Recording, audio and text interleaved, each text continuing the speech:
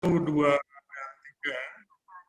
Ini di kelompok 4 ya, kita akan sama-sama belajar bagaimana teman-teman membuat semacam strategi marketing. Nah, kita tahu bahwa prospek pekerjaan karir di bidang psikologian sangat banyak ya.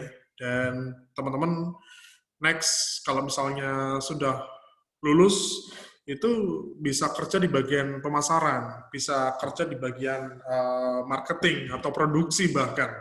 Karena di mata kuliah perilaku konsumen dan di beberapa mata kuliah yang lain, kita akan menjadi tahu ya beberapa jenis atau mungkin beberapa karakter dari individu ya secara kepribadian. Nah, kalau misalnya kita masuk ke dalam perilaku konsumen, tentu kita tahu bahwa setiap produk, setiap barang itu punya target konsumen tertentu. Nah, kedepannya memang teman-teman nanti ketika menjadi seorang pengusaha, pebisnis, atau kerja di bagian marketing, ada dua hal yang perlu dipahami dalam memasarkan sebuah produk atau menciptakan sebuah produk. Yang pertama, teman-teman mau fokus di produknya, atau yang kedua, mau fokus di karakter konsumennya. Kalau misalnya Anda mau fokus di produknya, berarti produknya sudah ada.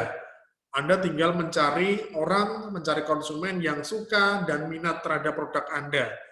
Tetapi kalau misalnya Anda mau menyasar targetnya, mau memilih konsumennya, berarti Anda harus memodifikasi produk Anda agar dapat diterima konsumen dengan baik. Oke, ini kelompok 4 produknya adalah buku-buku psikologi. Ya, tentu kalau misalnya kita melihat secara nama saja, tentu yang paling banyak konsumennya adalah orang-orang yang berkecimpung di dunia psikologi, entah dosen, mahasiswa, atau praktisi di bidang psikologi. Tetapi juga mungkin tidak menutup kemungkinan bahwa orang-orang di luar peminatan keilmuan psikologi juga mungkin pengen tertarik membeli produk buku ini. Nah, kita pengen tahu dari kelompok 4 seperti apa hasil diskusinya. Monggo silakan perwakilannya untuk menyampaikan hasil diskusinya. Waktu dan tempat kami persilahkan. Monggo, silakan. Mas atau Mbak nih. Banyak kan cowok-cowok ya. Oke, silakan. Oke, baik. Terima kasih Pak atas kesempatannya. Assalamualaikum warahmatullahi wabarakatuh.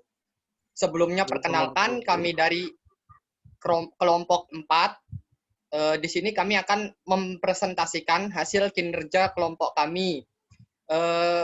Dan anggota kelompok kami ada saya sendiri Fajar Saputra, lalu ada Mardian Siregar, ada Daniel Kana, Deva Aprisel, Free Valence Tuneven Desi, dan Muammar Andrean. Produk yang kami dapatkan di sini adalah buku-buku psikologi. Untuk slide yang pertama akan dibacakan oleh Mardian Siregar. Untuk Mas Mardian, saya persilahkan.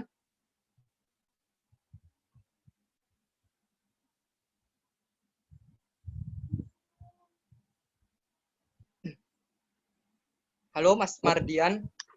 Ya, baik. Terima kasih kesempatannya Mas Fajar. Kalau dari target market, produk kami terbuka untuk umum, siapa saja boleh untuk membelinya. Tetapi mengingat produk yang kami dapat adalah buku-buku psikologi, jadi kami sepakat untuk memutuskan menjadi sasaran utama atau target market spesifik terhadap penjualan produk kami ini adalah mahasiswa, terutama mahasiswa psikologi. Kemudian mahasiswa yang mengambil jurusan psikologi sendiri tentunya sangat membutuhkan buku-buku mengenai psikologi untuk sebagai menambah referensi serta untuk mempermudah dalam melakukan proses belajar. Tapi tidak menutup kemungkinan juga produk yang kami dapat ini kami pasarkan untuk umum. Untuk umum semua kalangan terpelajar, terutama mahasiswa yang ingin menambah pengetahuannya mengenai ilmu psikologi. Hanya saja kami lebih memfokuskan produk kami ini yang kami tujukan untuk mahasiswa yang mengambil jurusan psikologi.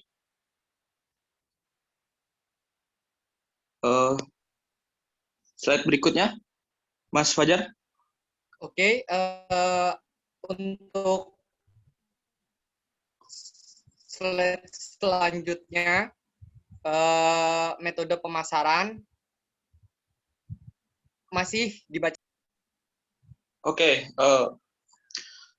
metode pemasaran yang kami pilih terdapat 5 metode pemasaran yang akan kami lakukan untuk memasarkan produk-produk buku psikologi yang kami jual, yaitu yang pertama ada retail, distribusi, marketplace, dropship, dan melalui media sosial. Yang retail, penjualan retail adalah aktivitas penjualan barang ataupun jasa secara langsung kepada konsumen akhir. Jadi barang yang dibeli secara retail berfungsi digunakan secara pribadi dan tidak untuk dijual kembali. Transaksi retail merupakan tujuan retail produk. Produsen menjual produk dalam jumlah besar ke pedagang retail dan retail menjual kembali kepada konsumen akhir. Kemudian yang distribusinya, proses distribusinya kegiatan pemasaran yang bertugas untuk memperlancar atau mempermudah penyampaian barang atau jasa dari produsen ke konsumen. Proses distribusi akan mendorong kelancaran kegiatan pemasaran. Tujuan dari kegiatan distribusi adalah memastikan kegiatan produksi dapat berjalan lancar, serta barang dapat sampai di tangan konsumen dengan tepat waktu. Kemudian yang ketiga, marketplace. Situs marketplace merupakan pihak ketiga yang menjabatani pihak penjual dan pembeli dengan menyediakan untuk berjualan serta memfasilitasi pembayaran. Salah satu keuntungan marketplace adalah penjualan tidak perlu membayar sewa. Selain itu, toko online yang bergabung dengan marketplace dinilai lebih dapat dipercaya oleh konsumen karena adanya pihak ketiga menjadi perantara. Kemudian yang D ada dropship. Dropship adalah metode penjualan produk di mana pihak penjual tidak menyimpan barang dalam persediaan. Apabila dropshipper mendapatkan pesanan, maka pihak dropshipper akan langsung menghubungi produsen, supplier, toko online, dan sebagainya untuk menyampaikan detail pesanan yang akan dikirim langsung ke pihak konsumen. Kemudian yang kelima, yaitu melalui media sosial. Kami memasarkan produk buku lewat media sosial yang sering dan banyak digunakan kebanyakan orang pada umumnya, di antaranya seperti Facebook, Instagram, dan Twitter. Dengan beberapa metode berikut ini.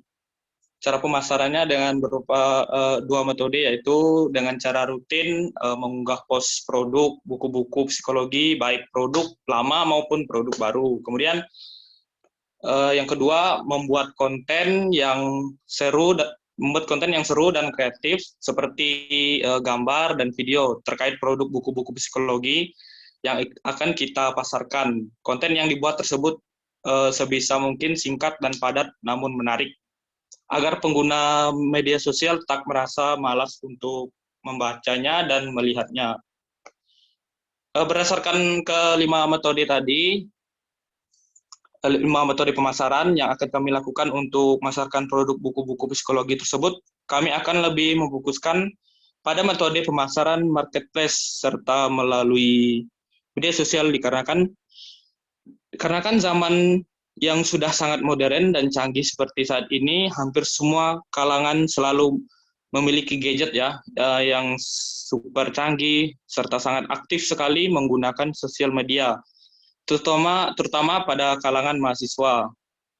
Dan kebanyakan dari mereka juga yang melakukan transaksi jual beli menggunakan gadget serta sosial media yang mereka miliki dengan alasan lebih efisien serta tidak memakan banyak waktu. Maka dari itu, kami lebih memfokuskan pada media sosial sebagai metode pemasaran yang akan kami gunakan untuk memasarkan produk-produk buku psikologi yang kami jual. Saya persilakan kepada Mas Fajar. Oke, baik, Mas Mardian, atas presentasinya. Untuk selanjutnya akan dibacakan oleh Mas Daniel Kana. Untuk Mas Daniel Kana, saya persilakan. Baik, Mas. Ya. Slide selanjutnya bisa, Mas.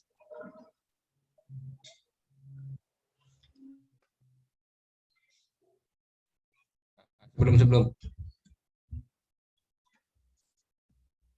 Baik, di sini saya akan menjelaskan kelebihan tentang produk-produk buku psikologi ini.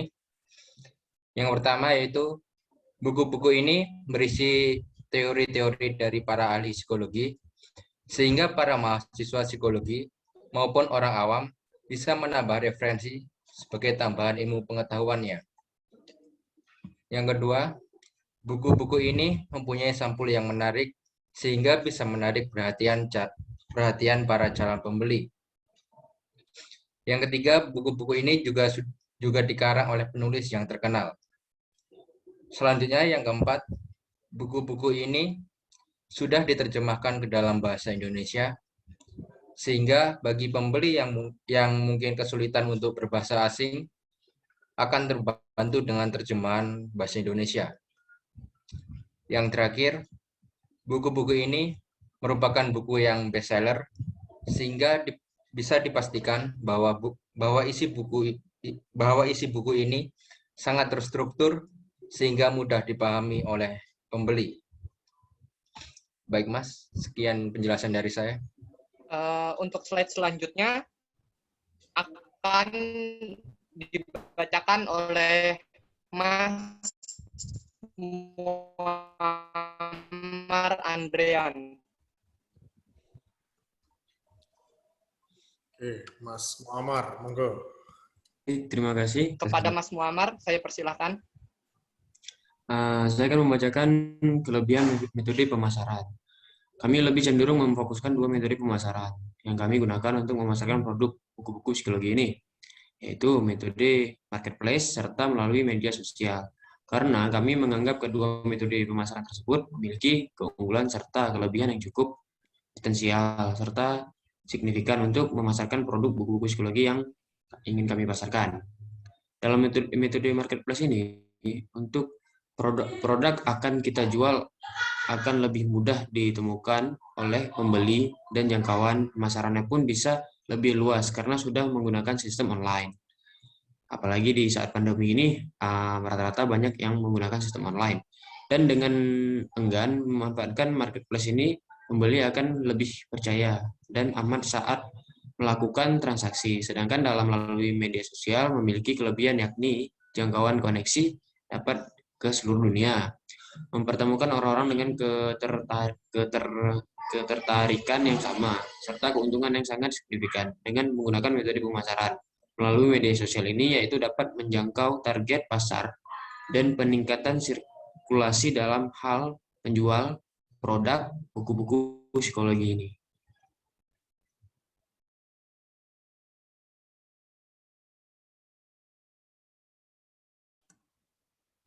Oke. Baik, untuk selanjutnya akan dibacakan oleh Mas Frivalen Tuneven Desi. Oke. Baik, terima kasih. Baik, terima kasih atas kesempatan yang diberikan.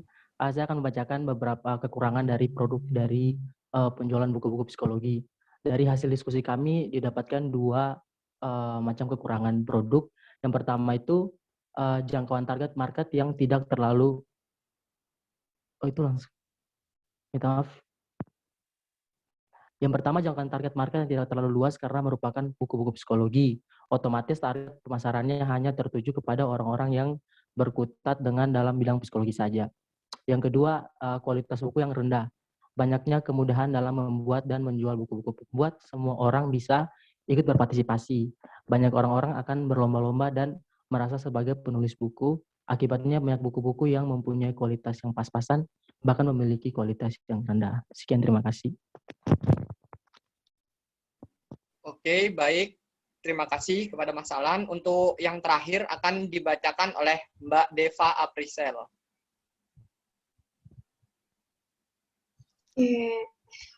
Yang terakhir dari presentasi siang hari ini akan membahas mengenai kekurangan metode pemasaran.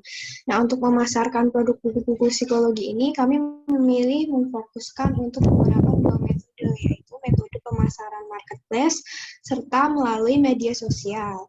Karena dengan menggunakan kedua metode tersebut, kami berpikir dapat memberikan keuntungan yang signifikan terhadap produk yang akan kami pasarkan, tapi di satu sisi dengan menggunakan dua metode ini juga memiliki beberapa kekurangan, yaitu di masa modern seperti sekarang ini banyak sekali orang-orang yang menggunakan gadget serta sosial medianya hanya sebatas untuk bermain game, mendengarkan musik, atau hanya sekedar menikmati kecanggihan-kecanggihan yang ada pada gadgetnya. Bahkan kebanyakan dari mereka menggunakan gadget serta sosial medianya hanya untuk melakukan komunikasi jarak jauh dengan teman atau saudaranya, bukan untuk melakukan transaksi jual beli. Nah, maka dari itu, hal tersebut harus dapat diantisipasi untuk mengurangi resiko kerugian yang besar pada saat melakukan pemasaran menggunakan metode ini. Cukup sekian presentasi dari saya kembalikan kepada Mas Fajar.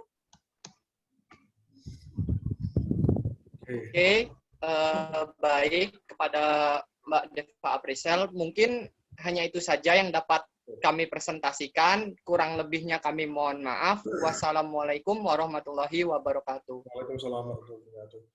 Oke, kita sambil ngobrol aja ya, teman-teman ya, santai ya.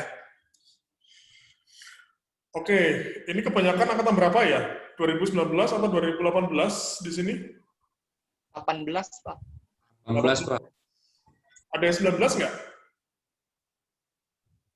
Nggak ada, Pak. Nggak ada 18 semuanya ya. Oke, saya coba ke Mas Fajar dulu deh, misalnya. Mas Fajar, asli mana, Mas?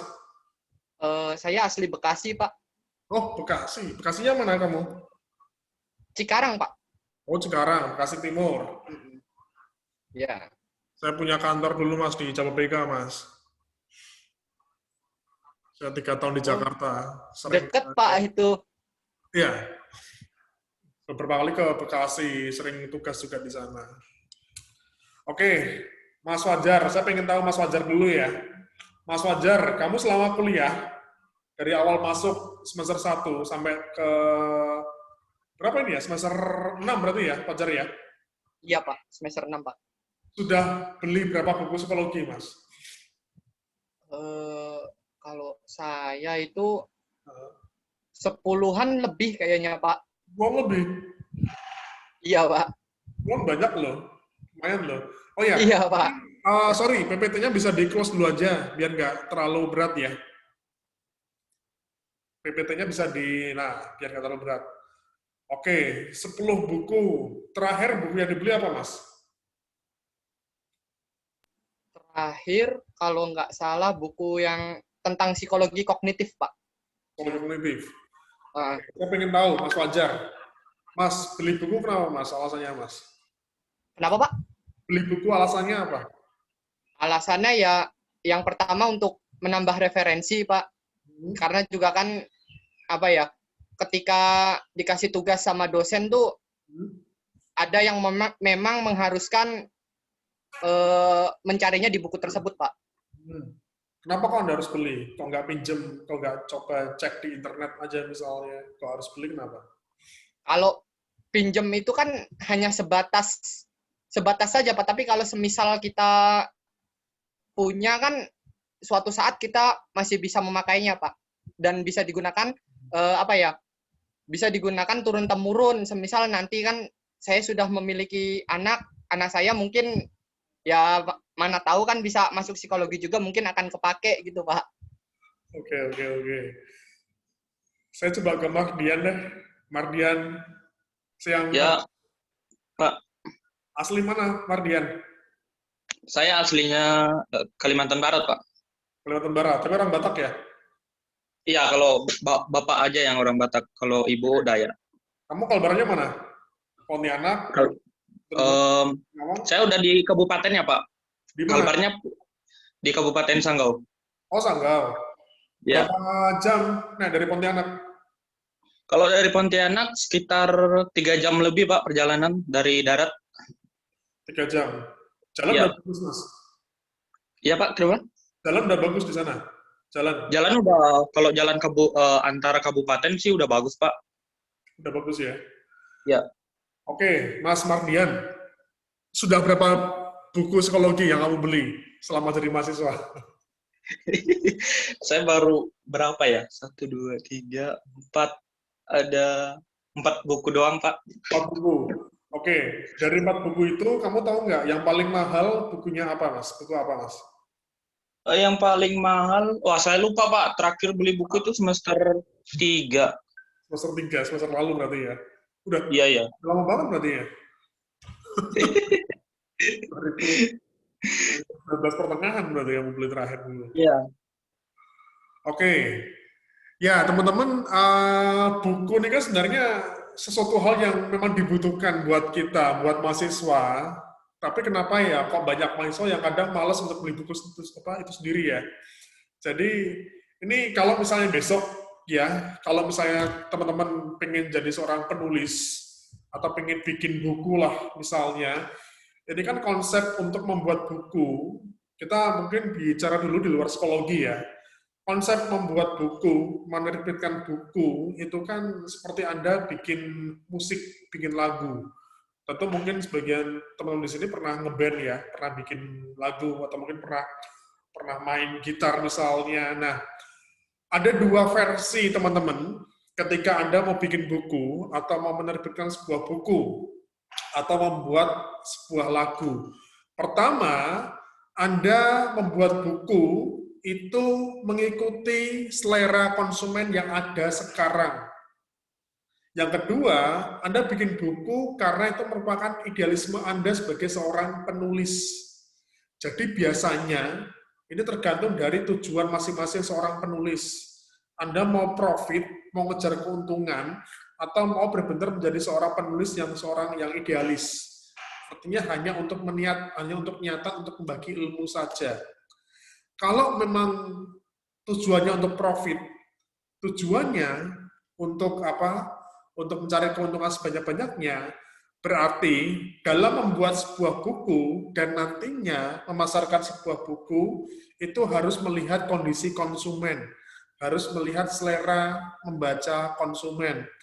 Kita mungkin tahu ya, banyak penelitian, banyak artikel yang menjelaskan bahwa orang Indonesia itu kan susah baca ya, bener nggak sih? Kita orang-orang yang susah banget untuk membaca. Kita lebih senang melihat video, kita lebih senang nge-game, kita lebih senang melihat YouTube virtual, ya ada visualnya di depan kita. Dan jarang banget orang yang mau membaca buku. Ini PR kita bareng-bareng, teman-teman. Kalau misalnya Anda mau jadi seorang pengusaha buku nantinya. Jadi kalau misalnya teman-teman pengen bikin buku, tapi pengen profit ya, pengen meningkatkan penjualan, Anda perlu melihat sekarang yang disukai para masyarakat itu buku tentang apa. Saya nggak tahu sekarang, saya belum banyak melakukan riset ya. Saya juga tidak terlalu suka membaca buku sebenarnya saya. Saya lebih melihat visual ya. Kalau buku saya nggak tahu sekarang yang lagi tren apa, buku tentang percintaan, buku tentang masak-masak, buku tentang keluarga, atau buku tentang apa? Itu yang perlu dipahami sama teman-teman. Kalau misalnya mau orientasinya ke profit, Anda perlu melihat selera orang zaman sekarang, itu lebih senang baca buku seperti apa. Mungkin kalau misalnya, ini yang di sini tahu Raditya Dika ya, stand up comedy, beberapa tahun lalu kan sempat bestseller bukunya. Ya, ada Kambing Jantan, ada Marmut Merah Jambu kalau Anda tahu, ada Cinta Brontosaurus ya tentang percintaan. Sehingga semua buku yang tentang percintaan itu laris. Tetapi di sisi yang lain, juga ada beberapa buku yang penulisnya itu idealis. Artinya dia menciptakan sebuah buku tapi nggak melihat selera konsumen. Buku-buku novel biasanya, ya buku-buku yang mungkin bahasanya terlalu berat, itu mungkin segmentasinya hanya segmentasi tertentu saja. Nah, pada akhirnya orang-orang yang membuat buku seperti ini itu harus memikirkan strategi. Kalau misalnya mau memasarkan bukunya, itu harus seperti apa? Karena tentu nggak semua orang suka buku tersebut. Oke, kembali ke buku psikologi. Buku psikologi itu kan tergantung kebutuhan, Mak. Ya, ada beberapa orang-orang mahasiswa membeli buku, terutama ya dari psikologi, karena memang kebutuhan di perkuliahan. Tetapi ada beberapa mahasiswa yang membeli buku psikologi karena punya peminatan tertentu sama ilmu psikologi. Kita tahu ya, psikologi kan sangat banyak cabangnya. Ada psikologi industri, klinis, perkembangan, nanti ada psikologi psikologi sosial, ya. Nanti kalau misalnya mau dibuat lebih luas lagi, ada psikologi marketing, psikologi Islam, psikologi olahraga, ekonomi, banyak sekali. Ya, jadi kecenderungan orang untuk membeli buku itu membeli buku karena punya peminatan terhadap suatu buku. Misalnya saya basicnya psikologi industri, teman-teman, psikologi industri dan organisasi. Saya juga lama bekerja di dunia industri, sehingga saya cenderung membeli buku-buku psikologi yang berhubungan dengan psikologi industri dan organisasi karena kebutuhan dan peminatan terhadap mata kuliah atau mungkin terhadap bidang ilmu tersebut. Nah, ini kalau misalnya teman-teman menyasarnya ke mahasiswa, ini sekali lagi kita mau menyasar atau mungkin mau menentukan konsumennya dulu atau mau di bukunya dulu. Karena memang nggak semua buku psikologi itu mahasiswa sanggup beli. Misalnya ini, ada buku psikologi, saya lupa judulnya, itu dari bukunya Dessler, itu buku psikologi tentang manajemen SDM. Jadi kalau misalnya Anda mengambil mata kuliah PSDM, atau besok kalau misalnya mengambil mata kuliah intervensi organisasi, itu ada satu buku yang menjadi referensi, itu buku manajemen sumber daya manusia. Itu bukunya tebel banget, teman-teman. Sampai segini saya lihat ya di Tugamas, dan harganya sekitar 400.000. Kira-kira Mas Fajar mau beli nggak buku yang harganya 400.000, Mas? Kalau semisal ada uangnya sih Pak, ya pengen sih Pak. Nah, pada akhirnya tergantung kebutuhan kan. Iya. Kalau misalnya kita memang butuh terhadap buku tersebut, kadang saking butuhnya, semahal apapun harga buku itu, kadang orang mau beli. Cuma pada akhirnya, kembali ke masalah kebutuhan dan masalah ekonomi masing-masing. Karena biasanya mahasiswa ya, itu kan nggak banyak ya uangnya ya. Mereka diberikan uang dari orang tua, belum banyak mahasiswa yang bisa menghasilkan uang sendiri, sehingga mereka pikir-pikir ketika mau beli buku. Pada akhirnya, kalau misalnya teman-teman dari kelompok 4 ini mau memasarkan buku psikologi yang diperuntukkan bagi mahasiswa, tentu kita perlu melihat kondisi harganya. Kita tentu memilih buku-buku psikologi yang, ini contoh aja ya, karena unsur sebuah buku itu banyak banget kalau mau dipromosikan. Ada harga, ada bahasa, nanti kita bicara tentang covernya juga misalnya. Kalau misalnya kita mau main di harga, ya udah, kalau misalnya arahnya mau ke psikologi, arahnya mau ke mahasiswa, berarti kita perlu main soal harga. Kira-kira untuk harga, misalnya ya, untuk harga sebuah buku bagi mahasiswa psikologi semester 4 sampai semester 6, kira-kira harga buku psikologi paling mahal itu menurut teman-teman berapa sih kisarannya? Boleh siapa aja yang jawab? Kira-kira untuk harga sebuah buku psikologi yang menurut kalian sudah cukup mahal, itu di harga berapa? 200? 350? Berapa kira-kira? Saya Pak, kisaran 100 sampai 400-an, Pak. 100 sampai 400. Ya. Terlalu luas, Mardian. Kira-kira kalau misalnya batas akhirnya berapa? Kamu menganggap sebuah buku termasuk mahal, itu kalau udah di harga berapa? 250. 250. Ya. Nah, ini mungkin perlu Anda melakukan riset kecil-kecilan, teman-teman. Kalau misalnya kita mau melakukan strategi pemasaran yang sebenarnya, kita perlu meriset. Kalau misalnya nanti Mas Fajar dan tim ini mau promosi buku, ini banyak ya, yang anak-anak angkatan atas, itu banyak yang jual buku. Ada berapa yang jual buku mereka. Itu mungkin mereka juga melakukan riset. Nah, risetnya bisa dimulai dari harga misalnya. Kira-kira misalnya soal harga, kalau misalnya kisarannya paling mahal 200 ribuan, berarti kita menjual bukunya itu yang kisaran di bawah 250 ribu. Kalau misalnya untuk harga segitu sudah cukup mahal, berarti yang harga 250 ribu ke atas bukan segmentasinya mahasiswa. Kemudian yang kedua, soal bahasa. Soal bagaimana si penulis mengkomunikasikan ilmu yang ada di buku tersebut. Mungkin ada beberapa buku yang kadang bahasanya agak susah dipahami buat seorang mahasiswa. Sehingga terkadang mahasiswa malas membacanya, atau mungkin agak susah untuk memahami buku tersebut, karena bahasanya yang terlalu rumit, bahasanya yang terlalu berat. Ini juga perlu dicek and cross check ya. Kalau misalnya Anda mau melakukan promosi sebuah buku, perlu melihat isi kandungan buku tersebut. Kalau misalnya dirasa agak terlalu berat bahasanya, itu ya mungkin kurang cocok ya. Makanya sekarang banyak buku-buku psikologi yang sudah agak ramah ya, saya ramah secara bahasa. Jadi termasuk tadi bukunya Dessler tadi yang saya pengen beli tapi kalau belum sempat ya, itu tentang manajemen sumber daya manusia. Itu dengan bahasa yang sangat mudah dipahami, teman-teman. Ini sebagai gambaran aja ya. Bukunya Dessler, bukunya Robbins, kalau besok Anda tertarik di dunia PIO, ya, itu contoh tokoh-tokoh yang punya buku yang diterjemahkan ke bahasa Indonesia dengan bahasa yang sudah sangat mudah dipahami. Sehingga orang yang mungkin tidak tertarik dengan psikologi pun menjadi tertarik. Karena bahasanya yang mudah dipahami. Itu juga perlu, teman-teman.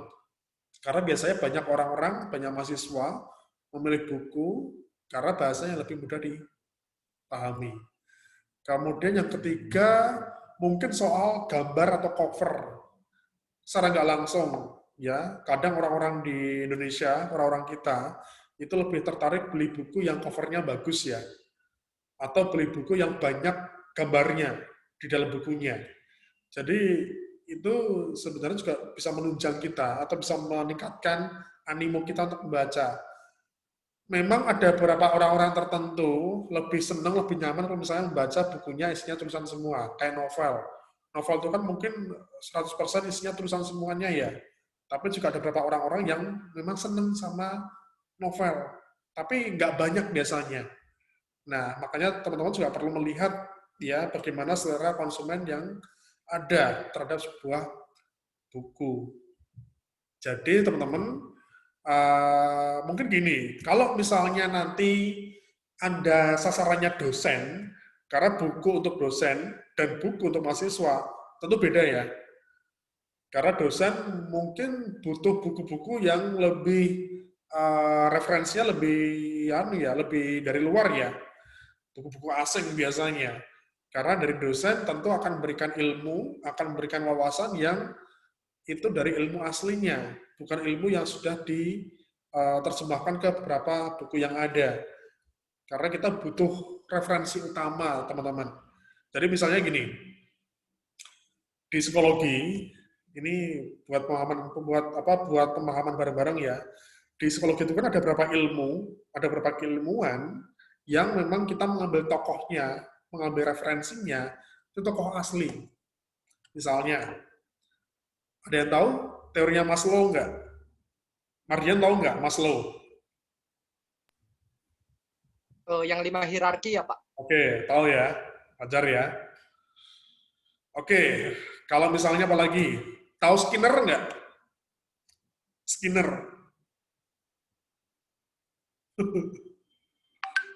Tahu Skull Valley nggak? Tahu Becker nggak? Dassler, Robbins, dan sebagainya. Nah, itu adalah contoh beberapa tokoh yang bukunya itu menjadi referensi utama dosen. Karena itulah tokoh-tokoh yang asli yang mengemukakan beberapa teori utama. Sehingga buku aslinya itu tebel, teman-teman. Memang tebel dan mahal. Termasuk yang tadi ya, yang bukunya Dassler tadi, yang harga 400-an ribu. Buat mahasiswa mungkin harga segitu mikir-mikir juga. Karena harga segitu mungkin sudah sama dengan seperempat biaya kos-kosan mungkin. Jadi mereka berpikir ulang. Nah, itu teman-teman ya. Jadi ini kan kelompok 4 itu kan judulnya buku psikologi. Nah, buku psikologi, nanti teman-teman fokus aja. Fokusnya mau kemana? Ke mahasiswa, ke dosen, atau ke masyarakat secara umum. Nah, kalau misalnya untuk memasarkan, nah tergantung lagi bagaimana kondisi masing-masing konsumen. Saya nggak tahu, kondisi sekarang pandemik ya, mungkin nggak banyak orang ke toko buku, tidak banyak orang ke swalayan, tidak banyak orang ke Gramedia. Saya nyebut toko ya, saya nyebut toko misalnya. Mereka lebih cenderung lebih ke online. Tapi kalau misalnya kayak saya tuh lebih seneng jalan-jalan ke toko buku daripada lihat sosmed, daripada lihat di marketplace. Karena kalau misalnya kita jalan, kita punya gambaran untuk beli buku yang lain. Wah, ada buku ini ternyata. Meskipun di marketplace, di sosmed, itu juga bisa dicari sebenarnya. Sama aja sebenarnya kan. Anda klik hashtag buku psikologi, dan muncul banyak postingan tentang buku psikologi. Sama sebenarnya kayak kita ke toko buku. Cuma soal harga, ya ada berapa toko di Jogja, itu kan satu buku harganya bisa berbeda. Contohnya misalnya, tahu Togamas ya? Togamas itu kan toko buku diskon. Toko buku diskon yang harganya lebih murah daripada kita selalu membandingkan dengan Gramedia ya. Karena Gramedia itu kan tempatnya nyaman, enak, di mall, musiknya enak, musik-musiknya Kenny G, terus atau mungkin tatanan bukunya itu rapi, sehingga kita lebih mudah untuk mencarinya. Tapi kalau misalnya pengen harga yang lebih murah, ya Anda silakan ke Togamas atau ke shopping. Tahu shopping ya? Anak kuliah Jogja harus tahu shopping loh. Mardian tahu nggak shopping kamu? Oh, Nggak tahu. nggak tahu. Kamu tahu 0 km nggak? 0 km tahu, Pak. Oh, tahu Taman Pintar kan? Kantor pos besar kan, 0 km. Iya, Pak, tahu. Nah, itu di situ nggak jauh, itu ada kios legendaris, teman-teman. Itu kios buku legendaris. Kamu mau cari buku dari zaman dulu sampai buku sekarang, itu ada. Kalau mungkin Mas Fajar, ya orang Bekasi, tahu Kuitang nggak Mas kamu? Senen, Jakarta Pusat. Tahu, Pak. Di Kuitang, sama kayak di shopping. Itu buku-buku zaman dulu. Cuma kelemahannya, Anda harus cari sendiri buku yang Anda inginkan. Masalahnya bukunya, tatanannya nggak beraturan. Acak-acakan, nggak kayak di Gramedia.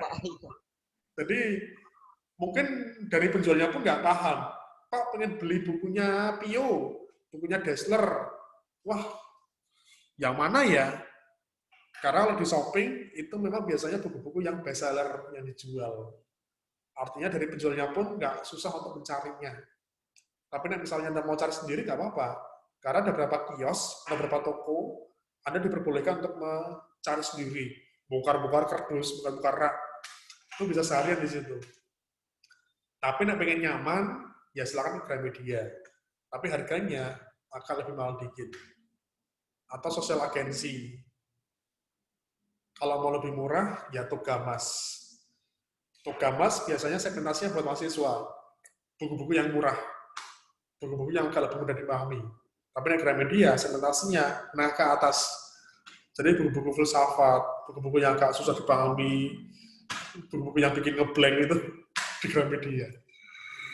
Oke, sampai di sini. Ada yang mau ditanyakan nggak, teman-teman?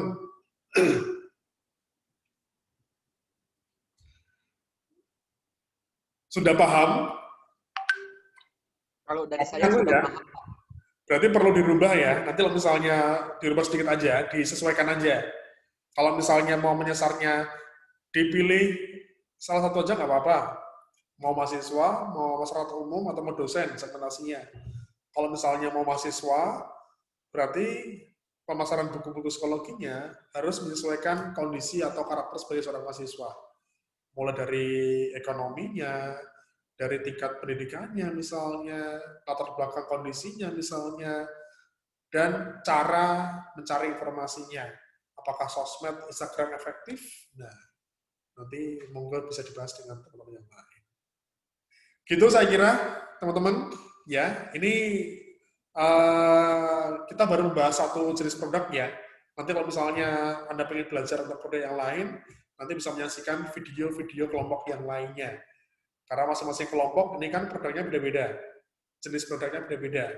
Dan yang perlu dipahami bahwa setiap produk itu punya segmentasi tertentu, punya konsumen tertentu. Kita yang harus bisa menyesuaikan diri dengan perilaku atau kondisi konsumen. Gitu ya, teman-teman ya. Oke, terima kasih teman-teman kelompok 4 ya. Nanti coba akan saya share videonya di YouTube. Nanti akan saya share linknya. Semoga sehat selalu ya, teman-teman. Jaga kesehatan selalu ya. Makan makanan bergizi, berpikir positif ya. Kita berusaha terus berdoa. Semoga segala sesuatunya lebih baik ya di masa yang akan datang, dan insya Allah besok kalau ada rezeki, ada waktu, kita bisa ketemu lagi di forum kuliah di kampus di offline ya. Terima kasih semuanya. Selamat siang. Assalamualaikum warahmatullahi wabarakatuh. Sukses. Waalaikumsalam warahmatullahi wabarakatuh. Terima kasih, Terima kasih ya. Pak.